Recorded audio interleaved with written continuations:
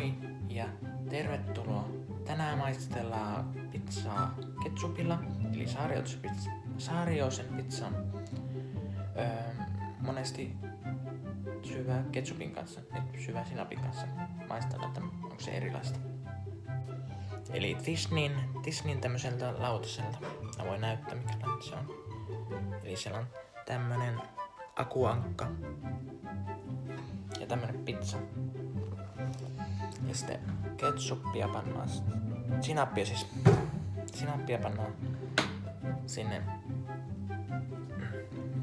pizzaan.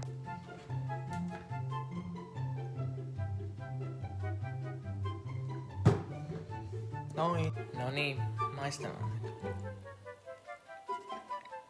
Sinappi, pizza. No niin, oli aika hyvä. Kiitos kun katsoit, muistatte kanavaa.